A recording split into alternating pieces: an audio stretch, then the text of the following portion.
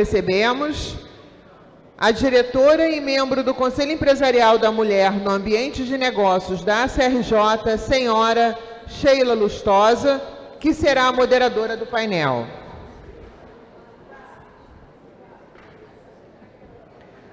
A diretora da COP UFRJ, engenheira, professora universitária e pesquisadora, senhora Suzana Kahn.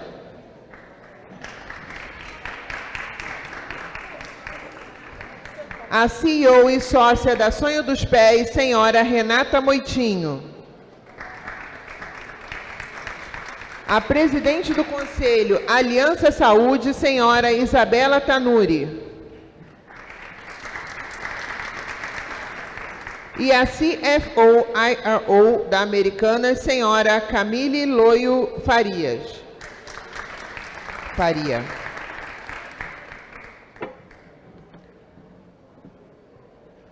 Passamos a palavra à moderadora para a condução dos trabalhos. Boa tarde a todos e a todas. Hoje foi me dado um papel desafiador, que é representar a nossa presidente do Conselho da Mulher aqui da SRJ, Michele Novaes. Para mim é uma honra representar o Conselho da Mulher, apesar da Michele ser insubstituível. Eu prometo fazer o meu melhor aqui, ao lado dessas super mulheres. E dentro desse meu melhor, eu não posso deixar de agradecer e manifestar minha alegria de estar aqui, na Casa do Empresário e da Empresária, nesse Fórum Rio Empreendedor, para debater sobre um tema essencial, que é o protagonismo das mulheres empreendedoras e gestoras de sucesso. Para esse debate, reunimos essas 4 mulheres, referências em suas áreas.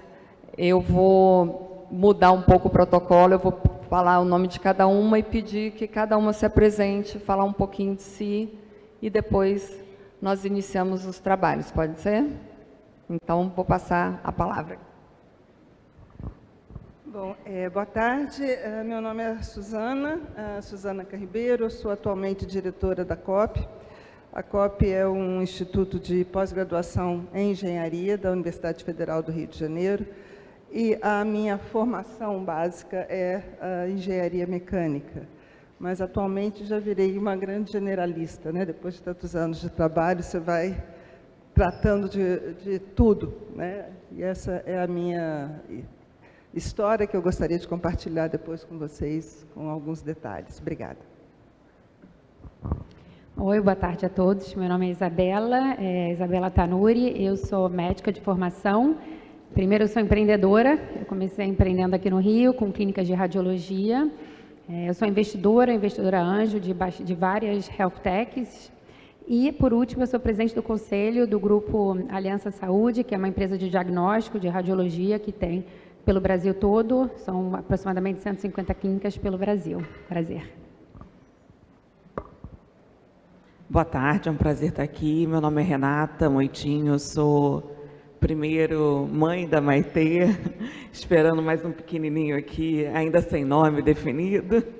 Sou CEO da Sonho dos Pés, faço parte da 3ª geração da família, e é um prazer a gente poder estar dividindo um pouquinho depois da nossa história aqui com vocês.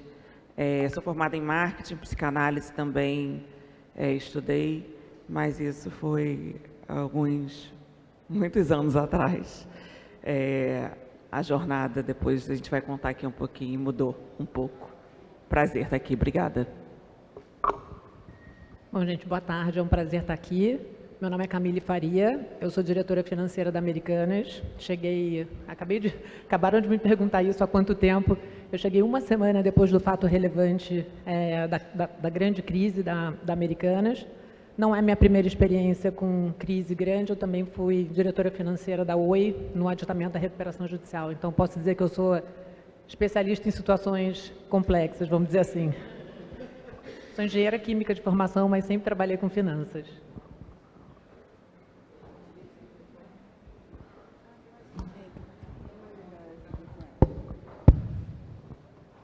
Então, é isso. Nosso painel vai se dividir em 3 eixos: inspiração, inovação e liderança, e vai mostrar como cada uma dessas aplicaram essas regras ao longo das suas carreiras.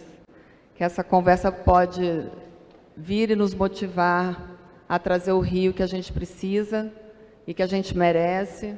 Então, vamos começar aos debates. Vou primeiro falar com a Suzana, perguntar para você quais foram os principais desafios enfrentados no início da sua trajetória profissional. Bem, pensando aqui, na realidade, assim, no início da minha trajetória profissional, eu diria que os desafios são comuns a qualquer jovem, né? A insegurança de chegar no mercado de trabalho e enfrentar, né, uma série de questões que você não estava acostumado, que você não aprende na faculdade.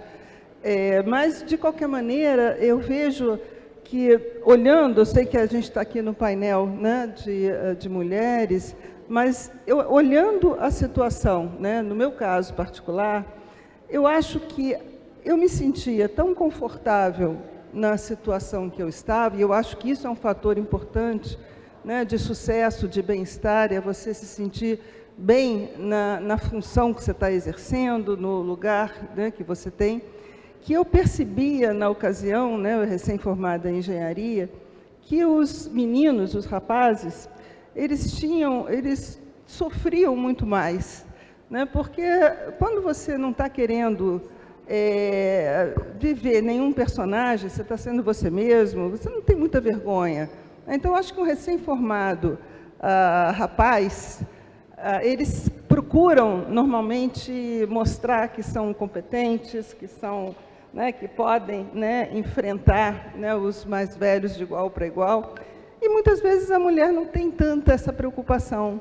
Então, no início da minha carreira, que você está perguntando, né, eu acho que eu tive muita vantagem, até por ter tido essa educação. Eu não queria, né, eu não tinha vergonha alguma de chegar e perguntar coisas, principalmente na engenharia da faculdade, você não aprende o dia a dia, chão de fábrica, esse tipo de coisa.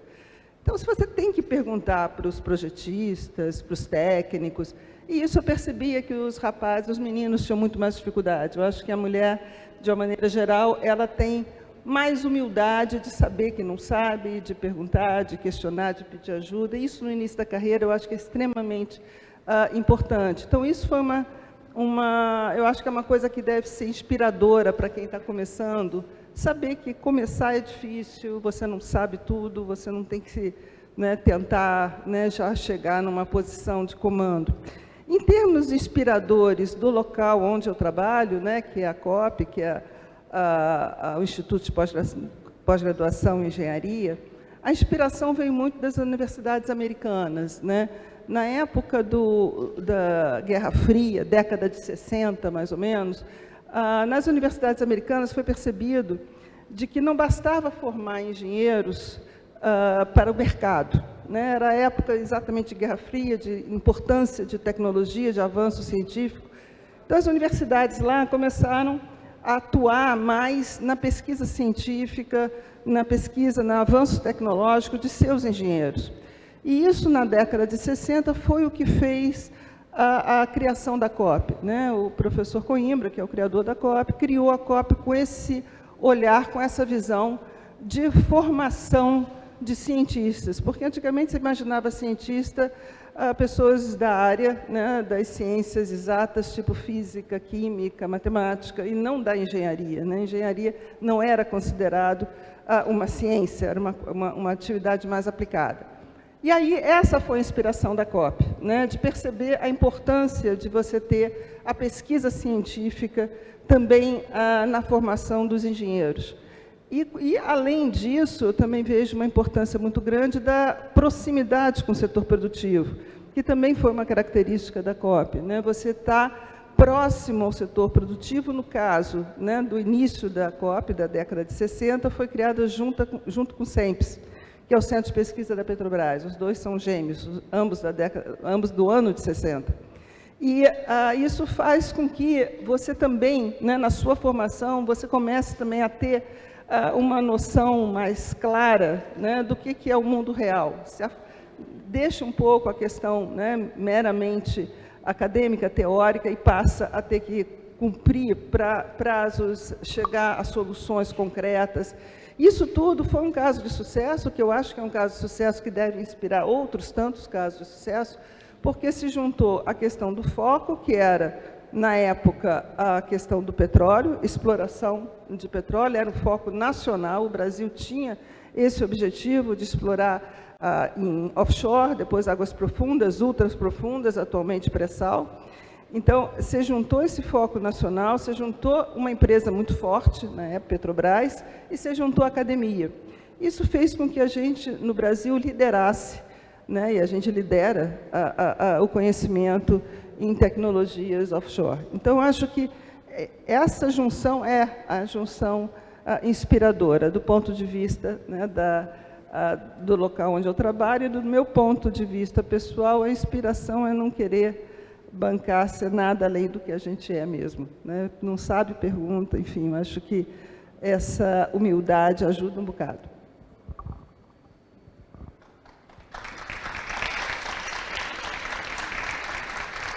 Renata. A Renata do Sonho dos Pés, desculpa, você. A mãe está aguardando aí. O que te inspirou a empreender e a consolidar a marca Sonho dos Pés? Eu cresci numa família muito empreendedora. Eu vi meu avô, meu pai, meu X, minha tia, todos empreendendo. Então, para mim, foi muito natural. Eu cheguei a tentar fugir, fiz um ano de Direito, e isso não durou muito. E logo depois, muito cedo, com 18 para 19 anos, eu já quis vir trabalhar no negócio da família. E eu levo isso para algo que eles mesmos, das outras gerações, construíram de uma forma muito sutil, muito leve, porque a gente sempre lidou com trabalho e família de uma forma muito prazerosa. Então, nos almoços de domingo, nos encontros de família, a gente sempre falou muito de trabalho, mas nunca como algo difícil, como algo que levasse a brigas, pelo contrário, sempre numa harmonia muito grande. E aí, apesar de nenhum deles forçarem a nossa ida para o negócio, todos acabaram, de alguma forma, em algum segmento, trabalhando com a família diretamente. Então, para mim, o primeiro ponto, eu acho que despertou naturalmente a gente querer fazer parte do negócio, foi esse ambiente harmônico, leve, e de ver o trabalho como algo muito prazeroso. E eu acho que o segundo ponto, a gente estava falando ali de um segmento de moda que democratiza a moda, que leva a acessibilidade da moda, que trabalha com autoestima, com confiança, e para mim isso sempre foi muito gostoso de lidar, de saber que tinha algo além, um propósito maior do que só o negócio em si. Eu vejo que foi natural. Foi no ambiente onde eu cresci, acabou proporcionando isso. Vou passar a palavra agora para a Isabela e queria saber como lidar com as barreiras adicionais que mulheres enfrentam nos ambientes corporativos. Bom, enfim, assim como a Renata, eu também vim de uma família de empreendedores, então já vinha na minha família, no meu sangue isso. Eu fiquei pensando nessa pergunta e, ao invés de falar das barreiras, eu queria falar assim, a arma, pelo menos que eu usei, que eu uso até hoje, ao enfrentar essas barreiras, que é o conhecimento. Eu acho que assim, é muito importante, independente do setor de cada um, você conhecer profundamente o seu assunto. E aí eu vi uma pessoa aqui na plateia, que me conhece desde pequena, e para falar também do que eu enfrento, vamos falar, a educação que eu tive em casa, essa educação de que a mulher é igual ao homem. Eu tenho um irmão na minha família, nós somos uma família mais de mulheres, mas que, enfim, acho que vem desde pequena, sabe? Você saber que você pode ser igual ao homem, sentar do lado, e mesmo quando está numa sala, ou, enfim, No meu caso, são 6.000 funcionários e tem bastante homens, você saber liderar e se sentir de igual, sabe? É natural, sabe? É natural se sentir de igual. Então, eu acho que isso é uma coisa que, para nós mulheres, acho que vem muito desde... Enfim, se a gente tiver oportunidade, desde pequena, já crescer assim, nesse ambiente, e aí voltando... Então, eu acho que no meu caso, e eu acredito nisso, é a educação. Você ter o conhecimento profundo do que você sabe, do que você está falando, para quando você tiver com algumas barreiras que a gente encontra, com preconceito, a gente poder passar esse obstáculo com o nosso conhecimento mesmo. Eu acho que contra fatos não há argumentos. Então, eu diria que é isso mesmo. Camille.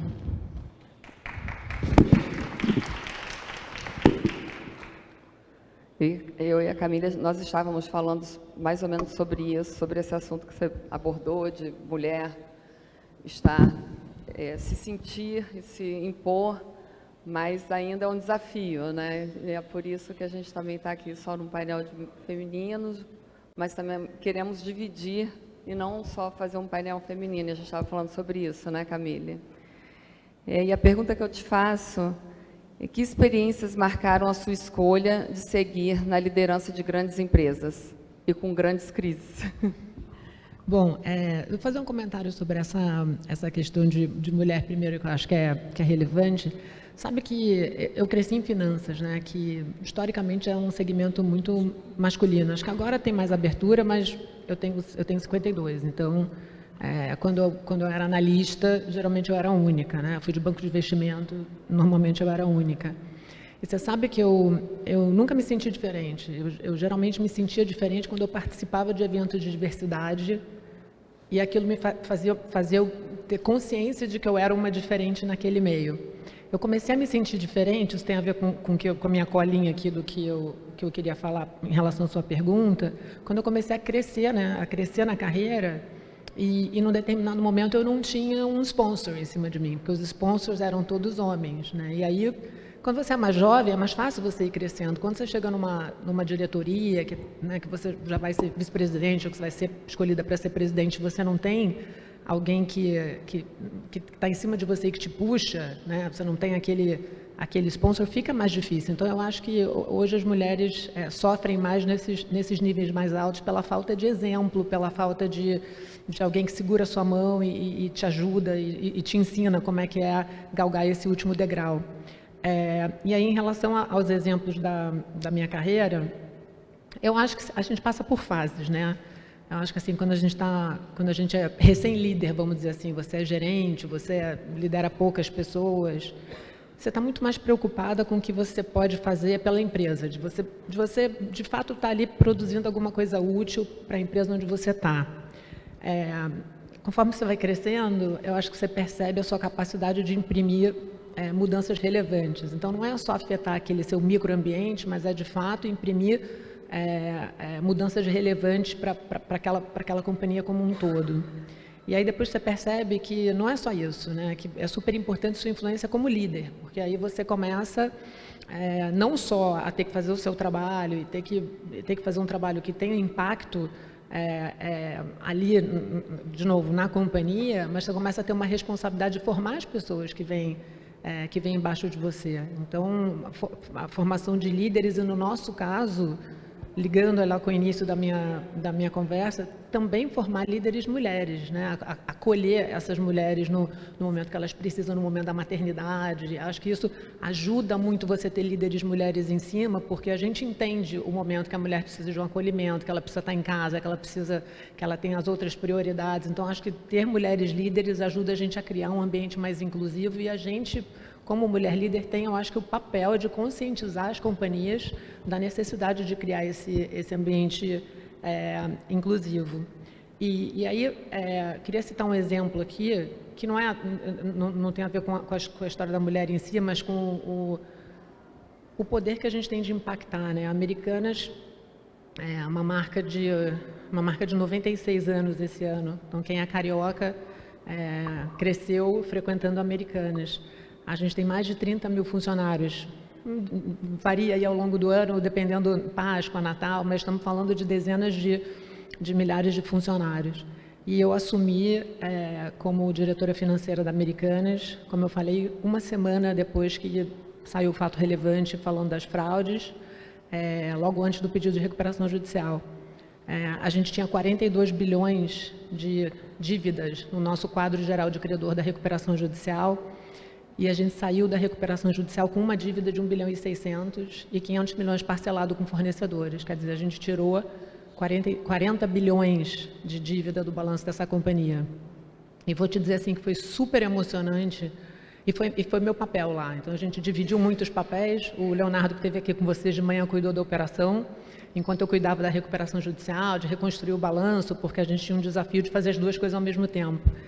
E foi super emocionante, depois da Assembleia Geral de Credor, eu andar pelos corredores da companhia, pessoas que eu nunca tinha visto virem me dar um abraço, me agradecer, falar, poxa, muito obrigado pelo que você fez pra gente, sabe, assim, de garantir a sobrevivência da companhia. Então, você realmente, acho que passa um ponto na tua carreira que você tem que ter propósito também, não basta o dinheiro, não basta o cargo, não basta, você tem que sentir um propósito naquilo que você faz, e eu acho que aqueles abraços, assim, não tem nada que pague aquilo ali. Então, acho que é aí também, né? Acho que você chega num momento que você tem que sentir que você tem um propósito, você tem que inspirar as outras pessoas.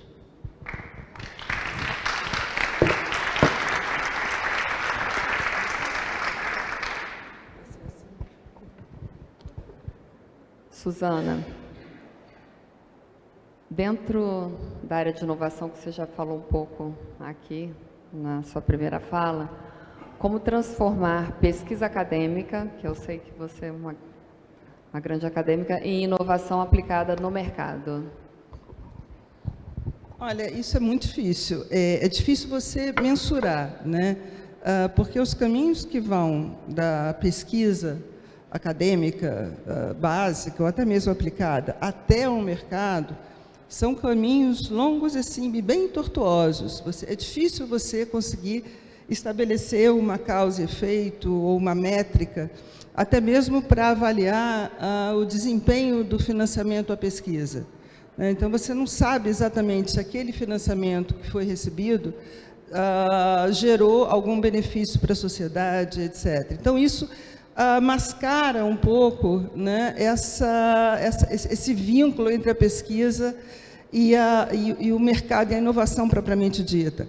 Tem um trabalho do MIT, feito por uns economistas, que é um trabalho extenso, bem interessante até, que mostra que cada dólar investido em pesquisa fundamental gera 5 dólares de benefício no crescimento econômico. Isso para Estados Unidos, né, que investe bastante em pesquisa. E esses 5 dólares adicionais, né, que são resultado desse dólar investido em pesquisa, ele é medido em forma de produtividade, de inovação, de produtos, até mesmo de qualidade de vida. Então, é um trabalho extenso, mas que mostra isso.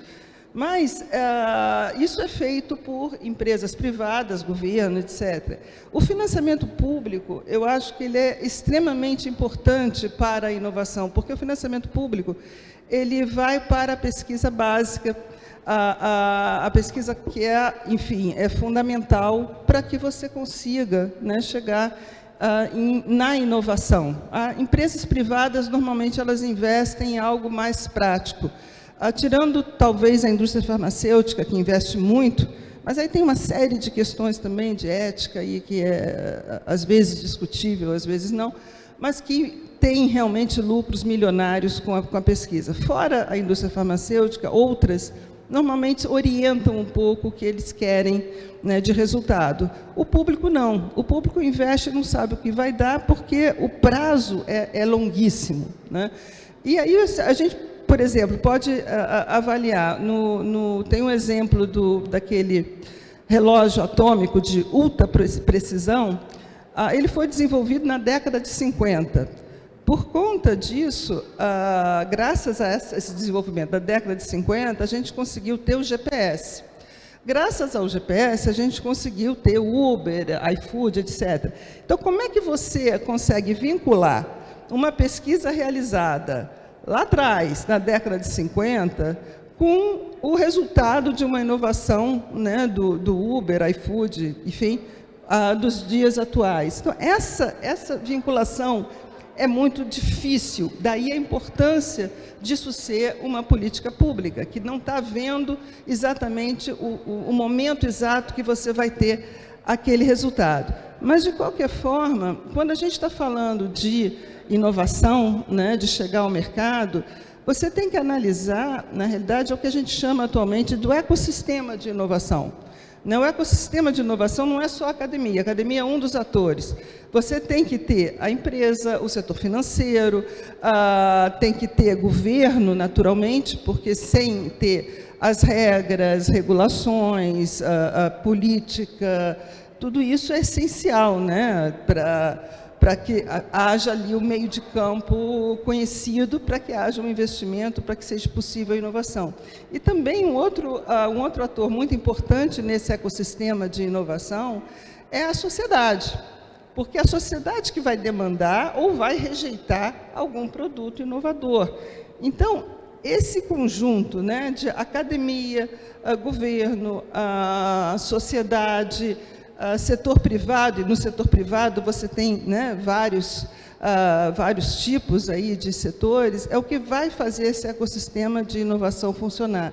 E é esse ecossistema, sim, que poderá chegar com resultado no mercado, né? A ligação direta entre academia e inovação não é tão trivial. Só para também, antes de terminar, dar um exemplo, o que a gente consegue fazer no âmbito de universidade, laboratórios, é o que a gente chama, que vai até o TRL 3. TRL é uma métrica que é chamada de Technical Readiness Level. É um nível de maturidade de qualquer inovação, tecnologia.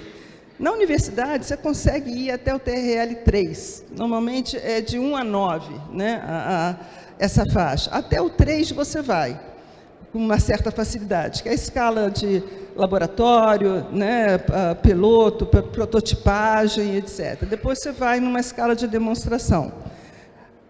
O mercado, você já está no TRL 7 a 9. Portanto, sem esse ecossistema de inovação maduro funcionando, é muito difícil você chegar no TRL 9, que é exatamente aquilo está no mercado, está funcionando. E o mais complicado ainda é que, dentro desse ecossistema, que precisa estar bem azeitado para realmente aquele local, aquele estado, aquele país, enfim, ser inovador, esses atores todos têm que dialogar.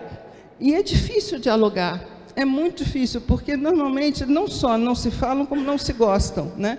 O pessoal da academia implica com o setor privado, porque acha que só pensa em dinheiro. O setor privado olha para a academia e acha que só tem bicho grilo, que não, enfim, que não tem compromisso com nada, e por aí vai. Então, é difícil, né, você criar esse ecossistema, mas é fundamental. Qualquer local, qualquer região inovadora, esse ecossistema funciona bem azeitado.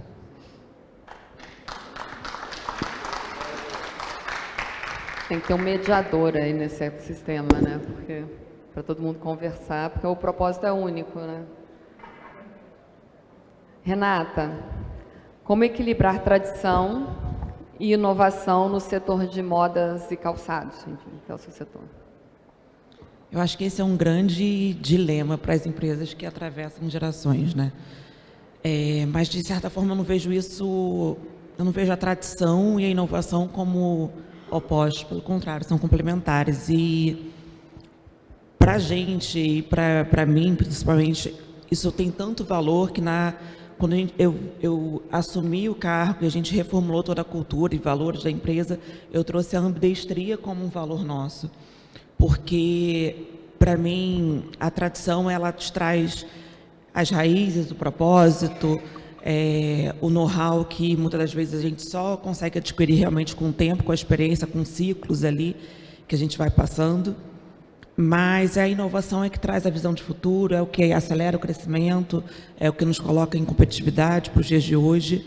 E trazer esse equilíbrio de sustentação também da operação com as agendas de inovação não é algo fácil, né? Porque normalmente o time ou ele está muito voltado para a sustentação ou ele tem um viés muito dedicado para a inovação. Você equilibrar isso é muito difícil, mas eu vejo hoje para o varejo atual, então, como algo primordial.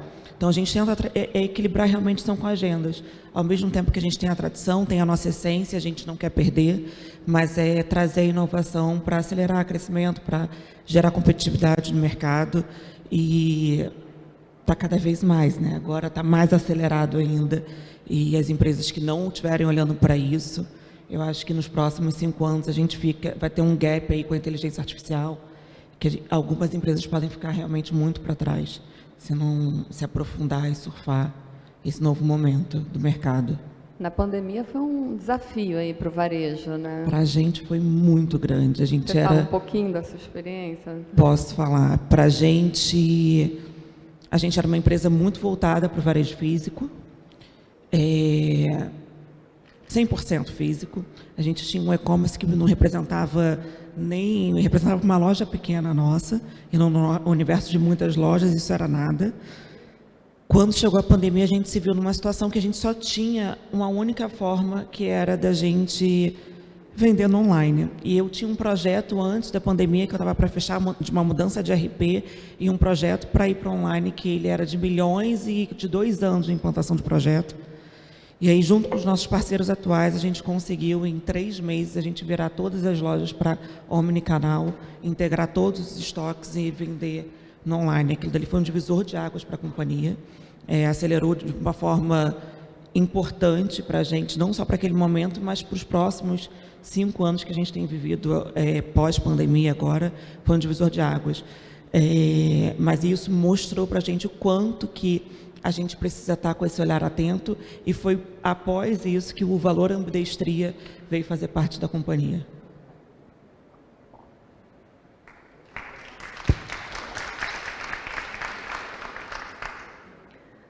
Isabela, que transformações você já liderou e que mais impactou o Grupo Aliança? Bom, eu entrei na Aliança tem 3 anos atrás. A Aliança é uma empresa, eu falei aqui, de radiologia, de diagnóstico. Ela, na verdade, são 18 marcas pelo Brasil, e foram marcas fundadas pelos seus fundadores médicos, e aí se juntaram e ficou um grupo de investimento à frente, um fundo de investimento, e aí a gente entrou agora, tem 3 anos. Então, assim, são marcas e uma empresa que passou por por toda essa mexida, mais o Covid, a pandemia também, que machucou bastante. E quando a gente entrou, eu havia estudado bastante sobre a empresa, mas na hora a gente vê que, enfim, ela estava no momento pior do que você vê no papel. E aí, rapidamente, a gente viu a necessidade de fazer um turnaround na empresa. E como é que você faz um turnaround numa empresa que ninguém fala com ninguém? Tudo descentralizado. Então, a primeira coisa foi realmente fazer uma disciplina financeira, pegar a chave do caixa, literalmente, sabe? E segurar ali para entender de onde está vindo. No nosso caso, enfim, a gente faturava 40% do que a gente produzia. Então, enfim, tinha 60% aí que ficava perdido no ar, na gaveta das clínicas, sei lá onde. Então, assim, vamos entender. Agora, um dos nossos desafios é a geografia. A gente tem uma unidade nossa, por exemplo, que fica a 400 quilômetros de Belém, no Pará. Então, a gente está no Pará, a gente está no Mato Grosso do Sul, São Paulo, a gente está no Sul, no Sudeste. Então, como é que a gente faz todas essas marcas, esse time se comprometer com a gente? Então, a gente fez uma cultura nova. Era uma empresa que não tinha uma cultura, eram marcas ainda, cada um seguindo a sua própria cultura. Então, fazer uma cultura única, que todo mundo se sentisse parte. Acho que resgatar o propósito também, resgatar o propósito para que as pessoas soubessem que que fazem parte dessa empresa, que é algo mais do que só o seu salário no final do mês. Em saúde, então, a gente está tratando de vidas, tratando de um ser humano. Cada um com as suas histórias. Então, resgatar isso para que as pessoas vestissem a camisa e quisessem fazer parte desse turnaround. Então, é isso que a gente vem fazendo nos últimos 3 anos. A empresa hoje ela se encontra em outro lugar. As nossas máquinas, por exemplo, de ressonância, são quase 130 máquinas de ressonância. no Brasil. Hoje elas têm 40% mais de produtividade, então foi uma eficiência que a gente conseguiu buscar, e porque a máquina está lá, tinha demanda, então vamos organizar para que esses pacientes a gente possa fazer em dia. A gente criou também um omnichannel, igual você falou, isso foi super importante para a jornada do paciente. Então, hoje o paciente, desde o início, desde a primeira ligação até o momento que ele recebe o laudo, a gente consegue acompanhar e até, inclusive, ajudá-lo a pegar esse resultado e dependendo do resultado, levar logo para o médico para que ele não perca uma semana, 2 semanas, de vez em um mês para levar um laudo que, enfim, que o tempo está indo contra ele. Então, isso foi importante. E é isso que a gente vem fazendo, sabe? Hoje em dia a empresa já se encontra em outro lugar, a gente tem uma cultura, tem um propósito forte, as pessoas estão com a gente. Você tinha falado antes de ter das mulheres, da representatividade de mulheres, e no setor de saúde é um setor que tem muitas mulheres já, então assim, diferente de outros setores. Então, 60% são mulheres e tê-las perto de nós, tê-las ali perto do paciente, isso fez toda a diferença também. Então, agora a gente está em outro momento, a gente fez uma aquisição esse ano, e aí isso foi bem, como é que se fala? Isso foi bem marcante, porque diferente das outras aquisições, essa aquisição já foi depois desse turnaround, dessa organização. Então, foi de forma suave, como foi importante ter feito um planejamento antes, saber o que a gente vai fazer desde o D1. E aí eu vejo assim, que a empresa já se encontra em outro lugar, a gente fez essa aquisição, foi suave, ninguém sentiu na parte financeira, na parte de sistemas, agora a gente está se preparando para fazer outra. Enfim, então, são novos desafios que virão, mas esses desafios e barreiras que a gente se encontrou no início, a gente conseguiu superar.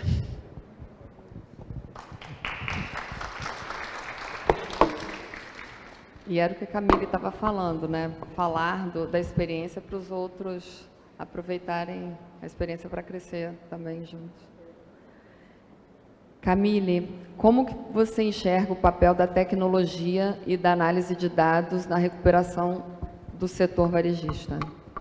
Bom, acho que é essencial. O varejo que não se utilizar de tecnologia não vai sobreviver, né? A gente está vendo como o varejo está sofrido, está setor duro, muitas empresas em dificuldades, margens cada vez mais apertadas. Então, vou falar aqui no nosso caso, tá? Só para dar um exemplo, a gente tem mais de 1.500 lojas no Brasil. A gente está presente em mais de 900 municípios já, mais de 900 municípios. Então, não existe uma loja americana, né? A gente atende públicos completamente diversos e a gente precisa conhecer esse público. A gente precisa conhecer esse público porque o nosso negócio, para ter sucesso, a gente precisa ter o produto que o cliente quer comprar no preço que é adequado para aquele lugar. Então, porque senão a gente vai empatar dinheiro em estoque, esse dinheiro não gira. Então, a gente tem que ter certeza que a gente tem na loja que o cliente quer comprar no preço que é adequado para aquele lugar. Por que eu digo adequado para aquele lugar? E o que o cliente quer comprar?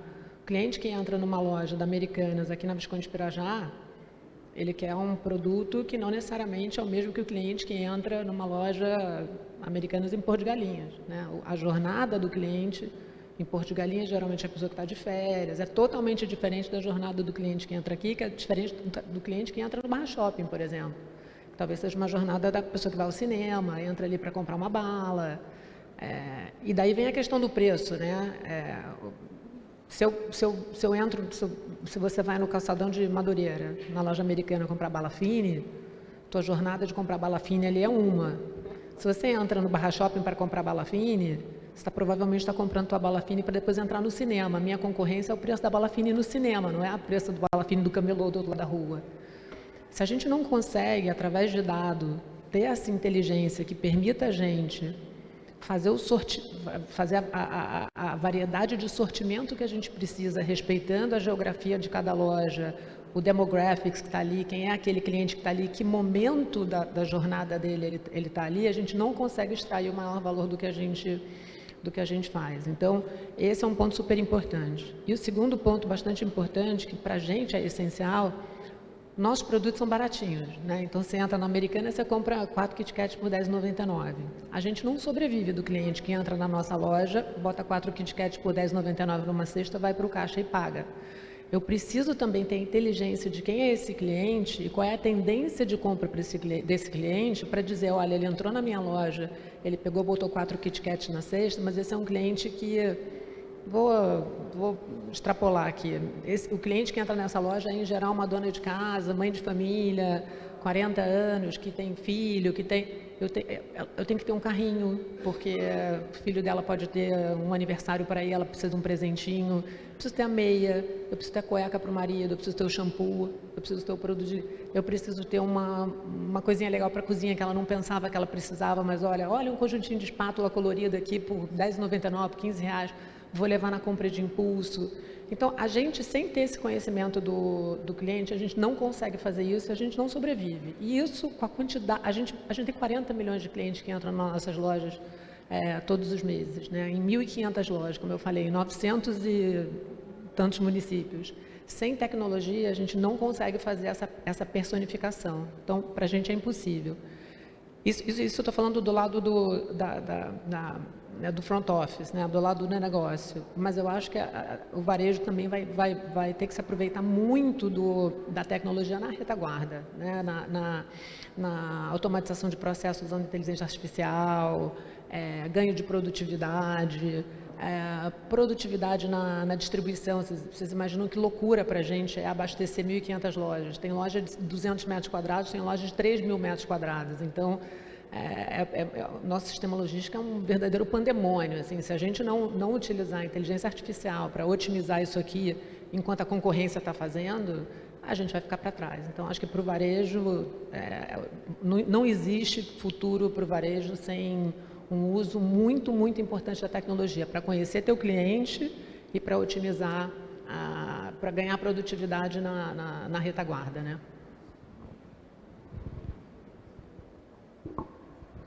Suzana. Que práticas de liderança científica e acadêmica podem inspirar uma gestão empresarial? Bem, olhando assim a minha experiência, né, em termos de gestão de um centro acadêmico, eu acho que a melhor forma, né, de inspirar outras formas de gestão é um pouco a questão de que você tem que trabalhar entender e aprender a trabalhar com um universo cada vez mais amplo de profissionais.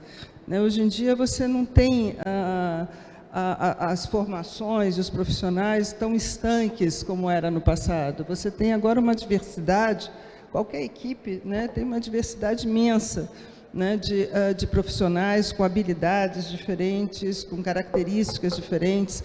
Então, inclusive, atualmente, né, no caso da universidade, com a questão de política de cota, também é muito interessante, porque você tem que lidar com pessoas de níveis sociais, de formação completamente diversas, e que é realmente um desafio. E você não só trabalha com essas pessoas que vão atuar como pesquisadores, como teus auxiliares em pesquisa, etc., como você tem também que introduzir uma série de outros níveis de conhecimento que no passado não era também tão importante. Hoje em dia, você não vai formar ninguém, no caso, né, de um engenheiro, que não tenha minimamente conhecimento em ciências sociais. Ele tem que conhecer isso.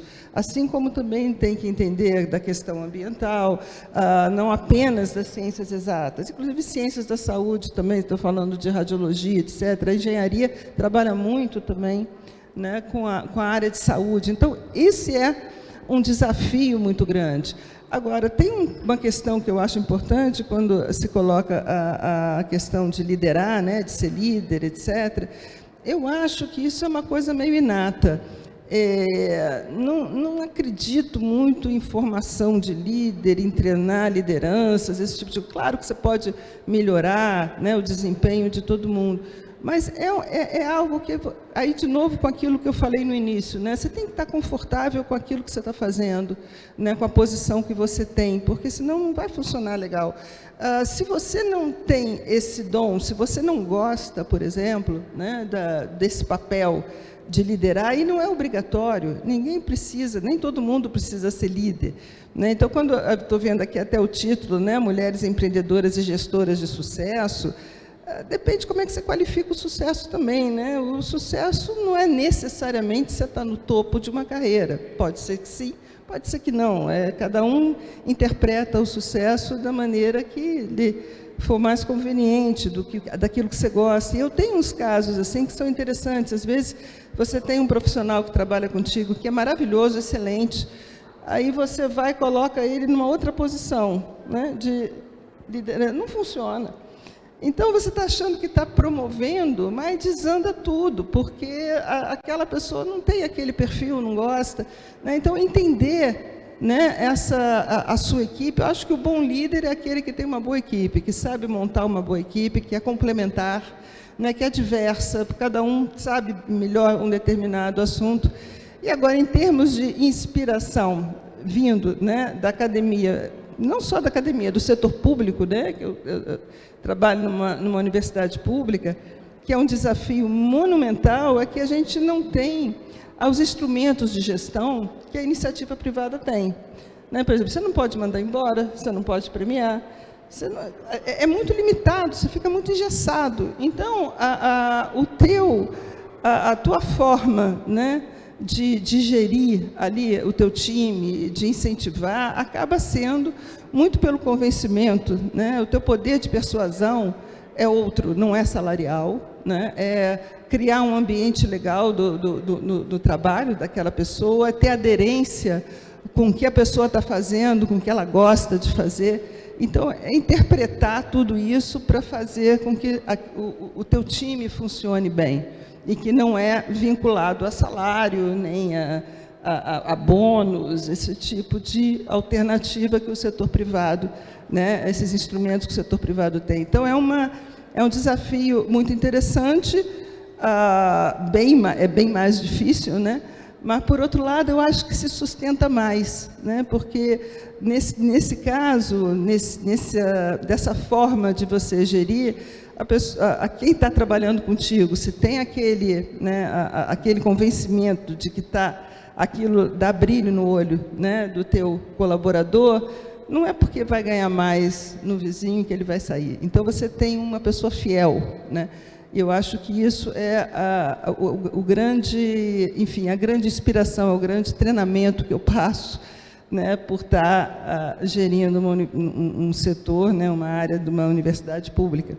Eu acho isso assim, extremamente interessante, olhar, né, e ter esse olhar, né, inter e transdisciplinar de que todas as equipes precisam ter, né? Talvez o sucesso que... Talvez o sucesso que você falou ali está ligado à felicidade também, né? É isso, é isso.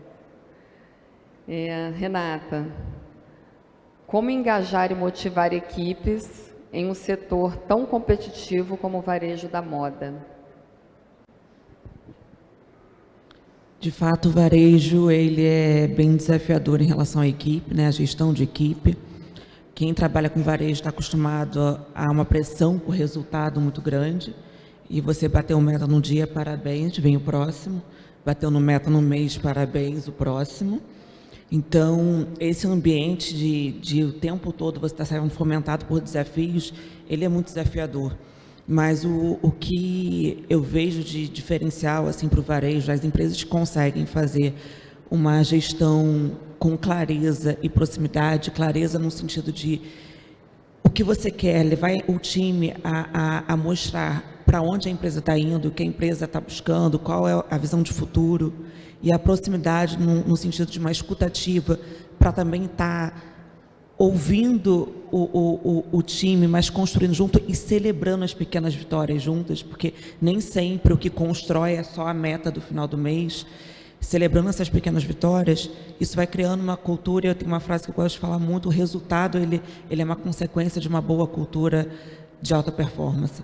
Então, essa união de clareza com proximidade, que se gera uma cultura baseada em valores, eu acho que isso ultrapassa o dia a dia ali da meta pela meta e vai gerando um propósito, vai gerando um senso de comunidade entre o time. E, junto com isso, assim, é uma liderança, eu acredito muito na liderança pelo exemplo, que inspira, que forma, além do dinheiro, pelo dinheiro, além da motivação das corridas, que o varejo ele é muito movido por tudo isso. Mas o que vai além disso? O que você consegue entregar além disso, que eu acho que realmente toca e move e a gente ultrapassa um pouco, consegue, né? É um desafio diário, tá? Que a gente busca, na verdade, ultrapassar um pouco esse dia a dia da competitividade por ela só e entrar um pouco mais em propósito, em felicidade, em que eu estou fazendo a mais para a gente não ficar naquela briga dos R$200, que a cada 200 eu vou ali para o vizinho. E é um turnover, o varejo cada vez está ficando pior. A cada ano que passa, a gente vai batendo recorde de turnover no varejo. Pós-pandemia, isso mudou muito.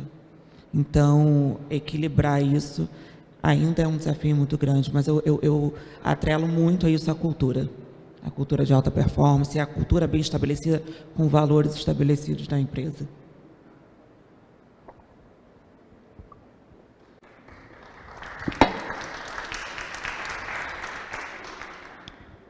Isabela, que práticas de liderança você considera essenciais em momentos de transformação? Também na tua área é bem difícil, assim, da questão, como o seu setor é setor de imagem, como agregar e colocar esse propósito na sua equipe, enfim. Então, pois é, ao mesmo tempo que é difícil, eu acho que quem trabalha com a área de saúde, pelo menos a grande maioria, não é só pelo salário no fim do mês, porque os desafios são grandes e, enfim, tantos quanto nos outros setores. Então, assim, por que ficar na área de saúde e não numa outra área? Eu acho que tem esse propósito maior que mantém a pessoa e a gratificação também, a gratificação de um abraço, você fez uma diferença. Hoje mesmo eu fiz enfim, uma coisa para um paciente, ele mandou, e aí eu recebi um recado, uma mensagem desse paciente, você vê que você, enfim, mudou, transformou a vida dessa pessoa. Então, isso é muito gratificante.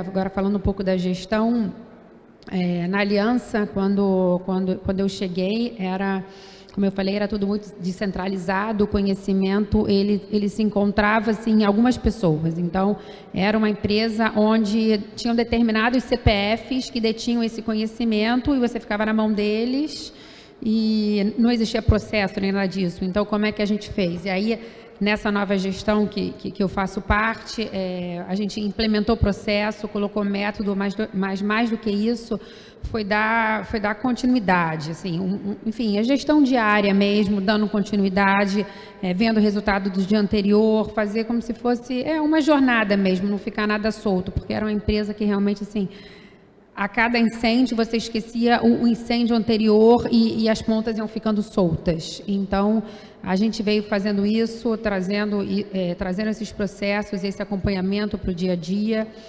A gente passou também a ter uma gestão à vista e fazer com que os gestores e os líderes soubessem os números de cada uma de cada uma das suas unidades. Então, a pessoa que é líder e cuida daquela unidade, ela saber exatamente todas as métricas daquela unidade, como se fosse igual a gente sabe da nossa casa, saber ali e responder por aquilo, e saber que, enfim, uma coisa impacta na outra. Então, de repente, a compra, se você não cuidar da compra, você vai estourar o seu orçamento e isso vai impactar no paciente, porque no final das contas, o que a gente quer é atender o paciente, atender bem com tudo que ele tem direito, e isso também é o que, no final do dia, é o que vai trazer o dinheiro para dentro da empresa e fazer ela rodar. Então, é um ciclo virtuoso. Então, como é que a gente faz isso? Então, acho que foi colocando essa gestão à vista, fez toda a diferença. Hoje em dia, os líderes, eles respondem pelas suas unidades e cada um abaixo deles também, ou acima, dentro do que ele cuida, ele sabe dos números e do que ele está cuidando, para saber também que isso vai impactar no outro, na hora também de fazer bônus, essas coisas. A gente também coloca isso, não coloca só a parte monetária, mas também algumas coisas que são mais intangíveis, mas de alguma forma a gente precisa medir. Então, sei lá, o NPS do paciente, por exemplo, é uma coisa bem importante para a gente, porque isso impacta diretamente no nosso ciclo. Como é que a gente coloca isso para poder com que o colaborador que está lá dentro, que ele não tá nem dentro da unidade, mas como é que ele sabe que o trabalho dele vai impactar no final no paciente? Como é que a gente faz isso? Então, desde que eu entrei, é essa gestão que a gente vem fazendo, e a gente vem vendo resultado e vem vendo também que as pessoas estão muito mais compradas conosco, porque elas sabem o que elas fazem, faz sentido no final do dia e faz a diferença. Então, eu acho que isso tudo ajuda para fazer a empresa caminhar para frente, sabe? E fidelizar o cliente, né? Porque o paciente. Não, com certeza. E no fim de tudo isso, você fideliza o paciente, porque você faz a sua jornada ser mais redonda, ser mais assertiva, e o paciente vê isso. Então, ele passa mais credibilidade para o paciente, e o paciente vai voltar porque ele está recebendo o que ele busca. Então, tudo faz parte. Camille.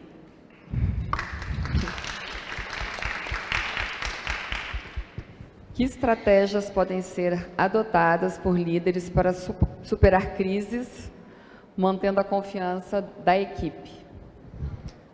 Olha, eu acho que o principal é a transparência. E aí eu falo não só com a equipe, mas também com os outros stakeholders, né? Quem já viu alguma entrevista minha já deve ter me visto falar que recuperação judicial é uma dor para todo mundo, para todos os envolvidos. E eu acho que a hora que você consegue ter um plano de recuperação judicial aprovado, é a hora que você consegue que todo mundo que está em volta da mesa sinta que eles estão compartilhando aquela dor de forma justa, que ninguém está arcando com um pedaço maior do que deveria.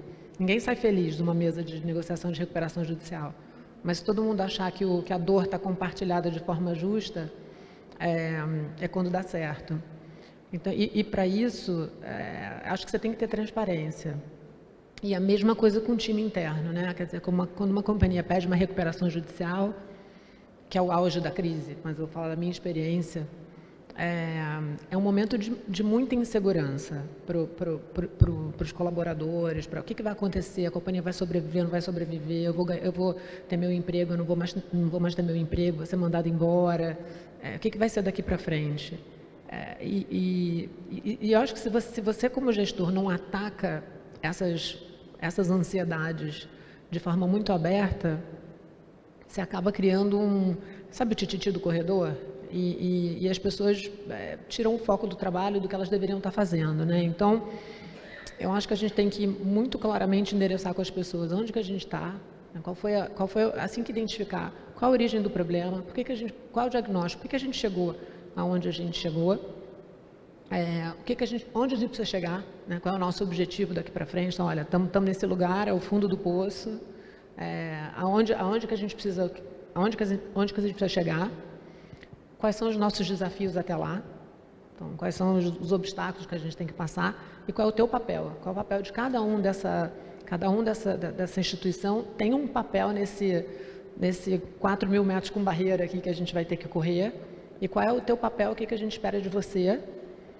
E tem muita gente que fala que eu sou a pessoa sempre com a nuvenzinha preta na cabeça, mas eu não sou. Eu sou a pessoa...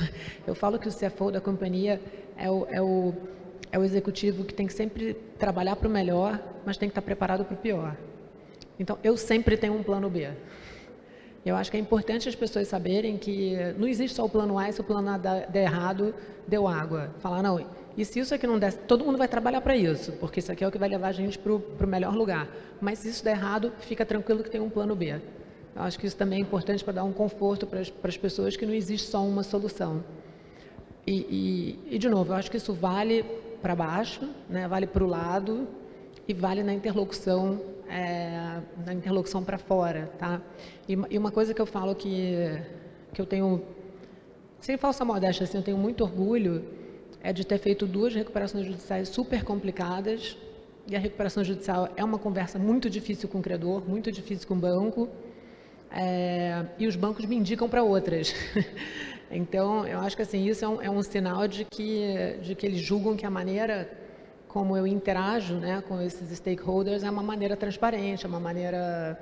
Porque senão você não consegue convergir. Eu acho que isso vale para o resto da instituição. Agora, vou te falar que ser gestor de crise não é qualquer um. Assim, é um negócio que é um pouco personalidade também. Então, tem gente que na crise não lida bem. Tem gente que no momento de estresse, que assim, o circo está pegando fogo, se acalma. Então, assim, você também tem que ter um pouco de perfil de gestor de crise. Assim, quando está tudo calmo, eu estou super entediada. Quando o circo está pegando fogo, parece que as coisas clareiam assim na minha cabeça e eu consigo ficar super... Isso vale para tudo na minha vida, não é só a empresa. Assim, quando tem problema familiar, eu sou a pessoa que todo mundo chega e fala: Camille, temos um problema. Assim, não interessa com quem é, eu sou a resolvedora de problema da família. Então, acho que é um pouco de perfil também. Mas acho que é isso, transparência, sempre. Sem sincericídio, né? Mas transparência.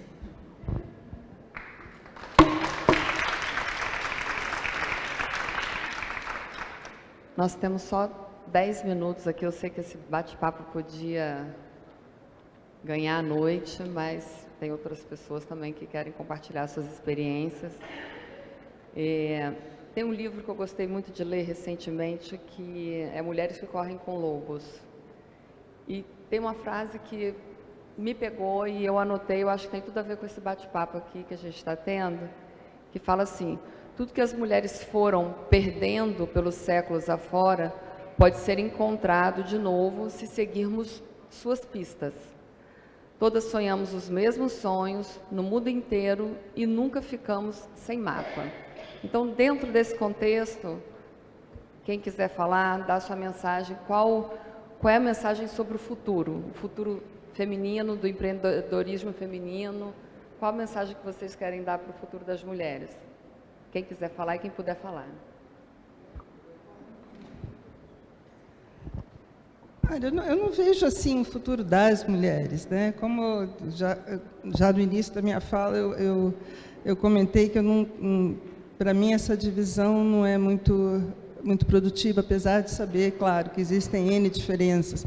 Mas existe diferença entre todos nós, né? Entre nós mulheres, entre mulheres e homens, entre os homens. Então, em termos de futuro, obviamente, né, como não poderia deixar de ser, eu vejo o futuro muito tecnológico, né? Então, o futuro, inclusive do Rio de Janeiro, eu acho um certo desperdício a gente aqui no Rio de Janeiro ter uma competência científica, tecnológica instalada. E não estou falando só da COP, naturalmente, você tem PUC, você tem IMPA, você tem Fiocruz.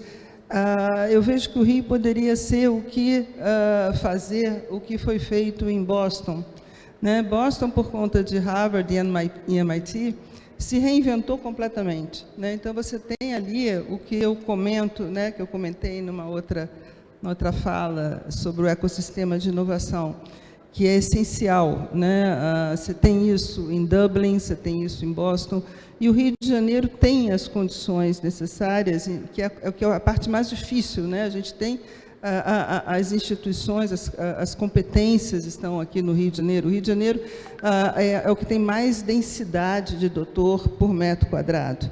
Então, no Brasil, né? Comparando com o Brasil, é elevadíssimo, e a gente não se apropria desse capital. Eu acho que isso seria muito importante a gente conseguir, né, criar no Rio de Janeiro esse espírito inovador, não só porque eu sou da área de tecnologia, mas a gente vê o mundo, a gente está falando todo mundo fala de transição energética, etc., mas o que a gente está vivenciando, de fato, é uma transição tecnológica altamente acelerada, né? E se a gente não ficar, né, a gente não pegar esse ritmo em conjunto com o resto do mundo, a gente vai ficar muito para trás, né? E isso é uma questão muito preocupante, porque eu acho que a desigualdade tende a se agravar cada vez mais, dado a importância, né, desse conhecimento sofisticado, da tecnologia sofisticada, e a gente corre o risco realmente de estar perdendo esse momento. Então, eu vejo o futuro muito tecnológico, eu vejo o futuro misturado, homem, mulher, enfim, Eu não vou falar o resto porque eu não sei todas as denominações, corre o risco de eu ser politicamente incorreta, mas, enfim, vejo todos, né, juntos, mas, realmente, conhecimento é essencial, conhecimento, educação, isso daí é fundamental para qualquer futuro.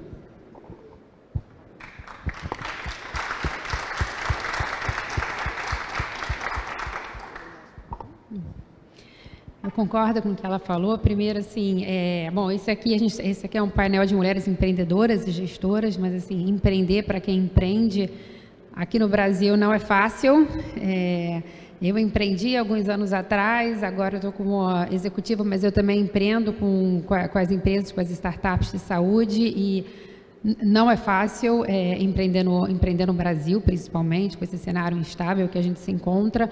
Ao mesmo tempo, a gente tem um capital intelectual tão grande e tão importante. Até quando você vai em outros países, você vê brasileiros em ocupação de destaque. Então, e é tão bacana de ver isso. Então, isso mostra como o nosso capital intelectual, enfim, e aqui o nosso ar brasileiro, como isso faz diferença. Então, eu vejo, assim, eu sou bem otimista em relação ao futuro. A gente falando de mulheres também, toda vez que eu vejo uma mulher brilhar, uma mulher, enfim, aqui tem 3, aqui tem 4, e brilhando, então, assim, eu estou ali aplaudindo, e eu acho que cada mulher que está em destaque, não só em destaque, mas cada mulher que está ali brilhando em seu segmento, ela está abrindo um pouco mais espaço para as outras mulheres e exemplo para essa juventude mais nova que está vindo. Então, isso me deixa bastante otimista também. E falando de tecnologia, eu lido bastante com AI em saúde, eu tô bem perto dessas startups que estão começando, e eu vejo muita coisa bacana vindo, muita coisa aqui dentro do Brasil sendo feito, muitas delas a gente traz para dentro da aliança, ou eu coloco em algumas outras empresas também, que eu acabo fazendo parte aí no ecossistema. E então, assim, é legal ver também como tem muita coisa boa de tecnologia sendo feita aqui dentro do Brasil e sendo levado lá para fora. Então, eu acho que a gente tem que incorporar a tecnologia. Quem não trouxer a tecnologia no setor de saúde, pelo menos o AI, colocar para dentro, vai ficar para trás. A pergunta é saber como e aonde colocar. Mas eu acho que, assim, a expectativa para o futuro, eu estou bastante otimista.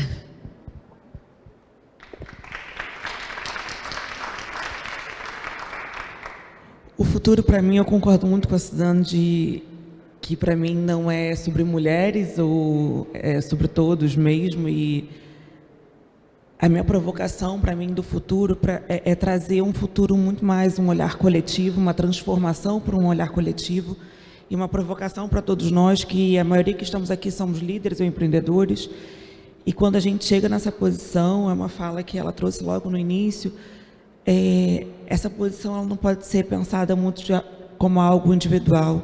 E eu acho que quem assume, quem escolheu estar numa posição de liderança, num cargo ou empreendendo em algum local, a gente precisa pensar no coletivo e como que a gente traz para o futuro um legado de transformação desse olhar coletivo. Eu sonho ainda com um Rio que volte a ser um lugar de referência em moda, criativo, que vai trazer não só o Rio, mas vai trazer o Brasil com novos olhares para fora, através do que esse lugar naturalmente já nos proporciona, mas que em outras estruturas básicas ele tem deixado coisas básicas de proporcionar para empresas, e muitas empresas estão hoje acabando saindo do Rio, e isso é uma perda muito grande. Então eu sonho com o Rio de novo, que aqui possa ser o berço mesmo da moda, e que a gente possa levar a moda não só para o Brasil, mas para fora do Brasil.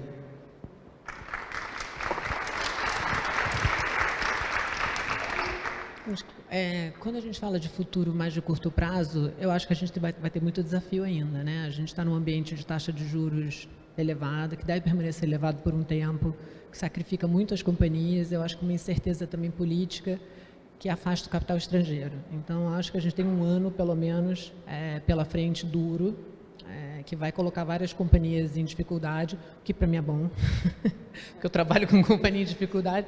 E apesar de eu ser carioca, adorar o Rio de Janeiro, eu espero que o Rio de Janeiro não precise de mim, porque daí significa que nenhuma companhia aqui no Rio de Janeiro vai pedir RJ. Mas piadas à parte, eu acho que a gente tem um ano difícil ainda pela frente quando a gente olha de futuro de curto prazo.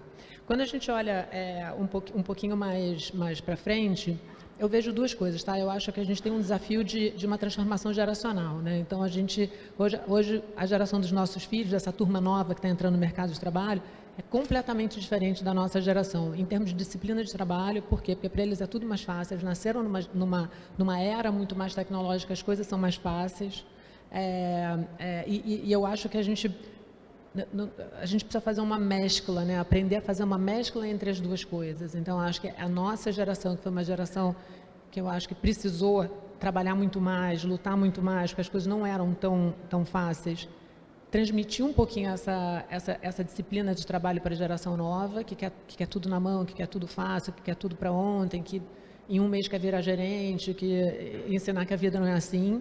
Mas, por outro lado, também acho que absorver deles essa questão de não fazer você mesmo aquilo que a tecnologia pode substituir e guardar o teu tempo para aquilo em que realmente você agrega valor. Então, acho que a gente está passando por essa transição que vai ser bem interessante, né, de ver como é que a gente mescla esses dois mundos. E aí, terceiro, eu queria voltar eu sou longe de ser militante de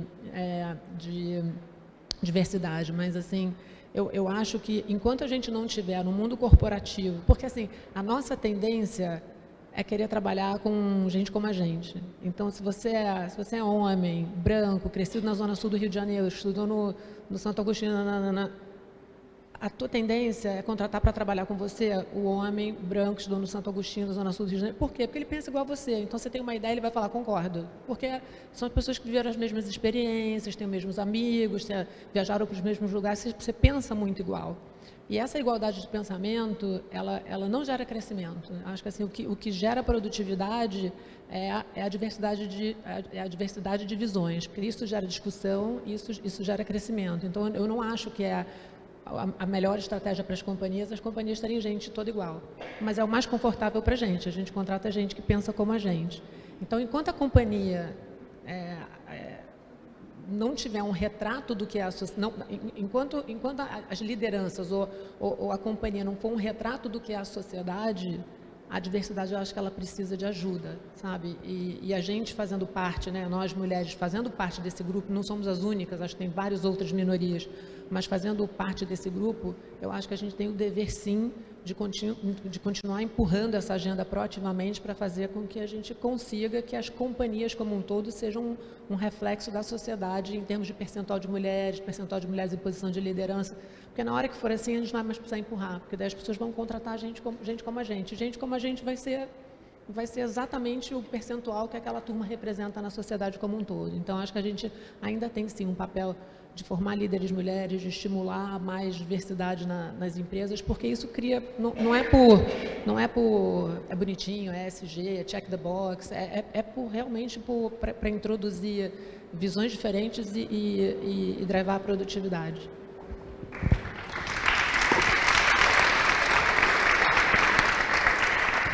Bom, eu quero agradecer o tempo de vocês, a partilha de vocês conosco, e eu quero agradecer também a presença de todos vocês, e eu estou encerrando aqui o debate.